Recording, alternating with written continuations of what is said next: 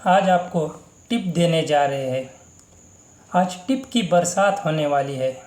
हाँ, वही टिप जो मार्केट का जुनून है।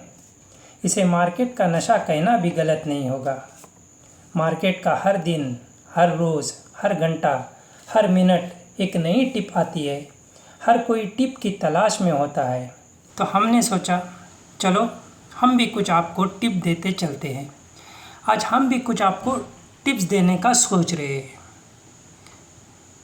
लेकिन आपने कभी ये सोचा है, क्या आपके दिमाग ने कभी ये सवाल उठाए हैं कि अगर कहीं से टिप मिलती है तो उस स्टॉक को फ़ौरन बाय कर लेना, उसमें अपनी पोजीशन बनाना, उस स्टॉक में अपनी एंट्री लेना, ब्लाइंडली इन्वेस्ट करना क्या सही रहेगा? क्या कभी आपके दिमाग में सवाल उठे हैं? क्या कभी आपने अपने आप से सवाल पूछे हैं? तो चलो हम जानते हैं इन्हीं सवालों के बारे में। इस बात को याद रखना कि चाहे इन्वेस्टर हो या ट्रेडर हो, बड़े सोच समझकर किसी भी स्टॉक में एंट्री और एग्ज़िट लेनी पड़ती है। एंट्री पॉइंट भी अच्छा होना चाहिए और एग्ज़िट पॉइंट भी अच्छा होना चाहिए। बड़े सोच समझकर इस बात को करना पड़ता है। ऐसे नहीं कि किसी ने हमको टिप्स दे दी और हमने उसमें ब्लाइंडली इन्वेस्ट कर लिया। हाँ, उस टिप से मदद ली जा सकती है। टिप से हेल्प लेना गलत नहीं होगा, लेकिन गलत होगा उसमें ब्लाइंडली इन्वेस्ट करना। टिप से हेल्प लेना, उसकी मदद लेना गलत नहीं है। गलत है ब्लाइंडली इन्वेस्ट करना। इस बात को हमेशा याद रखना कि ब्लाइंडली इन्वेस्ट बिल्कुल नहीं करना चाहिए। तो चलो इसको एग्जाम्पल के ज़रिए हम समझते हैं। जैसे कि कोई एक बंदा हमसे कह रहा हो, XYZ कंपनी जिसका स्टॉक इस वक्त 200 रुपीज़ पर है, ये 225 250 तक चला जाएगा। 25 से 25 से 50 पॉइंट्स का जंप स्टॉक में आएगा। कोई बंदा ऐसी हमको टिप्स देता है, ऐसी टिप देता है हमको, तो पहले हमको इस बात को समझना होगा कि बंदा ऐसा क्यों कह रहा है, इसके पीछे का लॉजिक क्या है, क्या रीज़न है कि इस रीज़न के चलते बंदा हमको इतने बड़े 20-50 पॉइंट के जंप की बात कर रहा है। क्या उस कंपनी में कोई न्यूज़ निकल कर आई है, किसी न्यूज़ के चलते कह रहा है? अगर किसी न्यूज़ के चलते है तो वो न्यूज़ क्या है ये हमें फाइंड आउट करनी होगी, उसको हमें सर्च करना होगा और उसमें एक बात भी देखनी होगी कि वाकई में वो न्यूज़ इतनी बड़ी है कि 20-50 पॉइंट का जंप उस न्यूज़ के ज़रिए स्टॉक में आ सकता है, स्टॉक इतनी बड़ी रैली दिखा सकता है। इस बात को भी हमें समझना होगा। खुद जाकर उसे हमें उस न्यूज़ को ढूंढना होगा, उस पर स्टडीज़ करनी होगी। ये हमारा काम होगा। बंदे ने टिप दे दी लेकिन उसको सर्च करना, उसकी न्यूज़ को, उसके पीछे के रीज़न को सर्च करना हमारा काम होगा। फिर अगर कोई बंदा टेक्निकल एनालाइज के बेस पर कह रहा है तो फिर हमें ऐसे इसमें क्या करना चाहिए, हमें क्या करना होगा?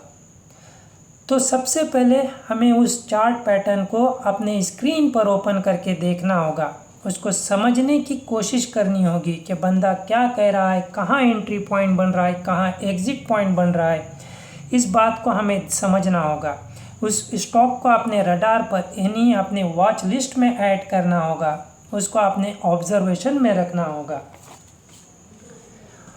और इसी के साथ साथ बंदे की एक्यूरेसी भी हमें चेक करनी होगी कि बंदा जब टिप्स देता है तो कितनी उसमें टिप्स में एक्यूरेसी होती है, उस बात को भी चेक करना होगा।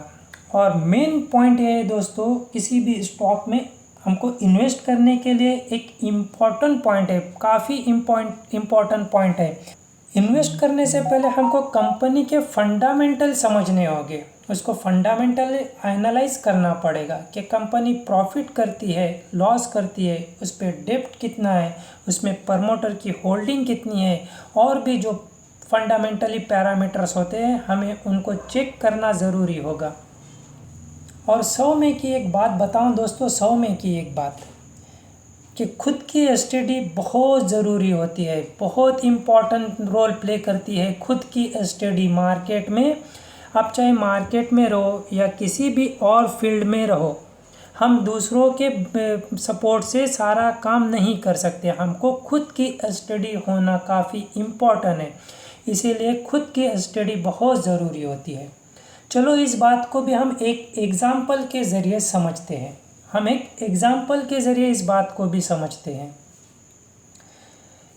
एक बंदा पिछले 4-5 सालों से मार्केट में काम कर रहा है, पिछले 4-5 सालों से मार्केट में काम कर रहा है। और काम क्या बेस पर कर रहा है? सिर्फ टिप की बेस पर। टिप आती है तो बाय करता है, टिप्स के अकॉर्डिंग सेल करता है। एंट्री भी टिप के हिसाब से, एग्जिट भी टिप के हिसाब से। प्रॉफिट करता है, लॉस करता है, डजन मैटर, एक और मैटर रहेगा, लेकिन हम इस वक्त टिप के अकॉर्डिंग बात कर रहे हैं, तो टिप को लेकर चलेंगे। वो टिप के अकॉर्डिंग अपना काम करता है। जैसे ही टिप आई, स्टॉक को बाय कर लिया, जहाँ तक के टारगेट दिए गए थे उसके आसपास उसने सेल कर लिया। तो आप उसका मार्केट में एक्सपीरियंस क्या काउंट करोगे, ये हमें कमेंट करके आप खुद ही बताना कि उस बंदे का मार्केट में जो पिछले 4-5 साल से काम कर रहा है, लेकिन सिर्फ टिप के बेस पर, सिर्फ और सिर्फ टिप के बेस पर काम कर रहा है, तो आप उसका मार्केट में एक्सपीरियंस क्या काउंट करोगे। ये खुद हमको कमेंट करके बता देना कि क्या काउंट किया जाएगा उस बंदे का एक्सपीरियंस। तो अगर उसको टिप मिलना बंद हो जाती है, अगर उसको टिप कहीं से मिलती नहीं है, तो क्या वो बंदा किसी स्टॉक में अपनी पोजीशंस बना पाएगा? क्या वो सही जगह पर अपने एंट्री पॉइंट ले पाएगा? क्या सही जगह पर एग्ज़िट कर पाएगा? ये उसके लिए काफ़ी मुश्किल होगा, क्योंकि उसको रेडीमेड की आदत पड़ गई थी। रेडीमेड की आदत, खुद की स्टडी नहीं, रेडीमेड जो मिलता था उसके हिसाब से काम करता था। तो ऐसे सिचुएशन में जब टिप नहीं मिलेगी तो क्या वो पोजीशंस बना पाएगा? और जब पोजीशंस नहीं बना पाएगा तो फिर क्या उसके मार्केट का एंड मार्केट से एग्ज़िट कर जाएगा? क्या फिर ऐसी सिचुएशन में मार्केट से एग्ज़िट कर लेना चाहिए?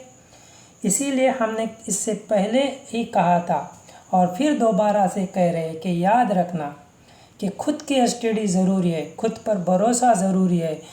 हमेशा खुद के स्टडीज़ पर भरोसा होना चाहिए। खुद की स्टडीज़ ज़रूरी होती है हर फील्ड में, किसी भी फील्ड में जाओ, खुद का एक्सपीरियंस, खुद की स्टडी जो फ़ायदा दे सकती है वो किसी की टिप आपको फ़ायदा नहीं दे सकती।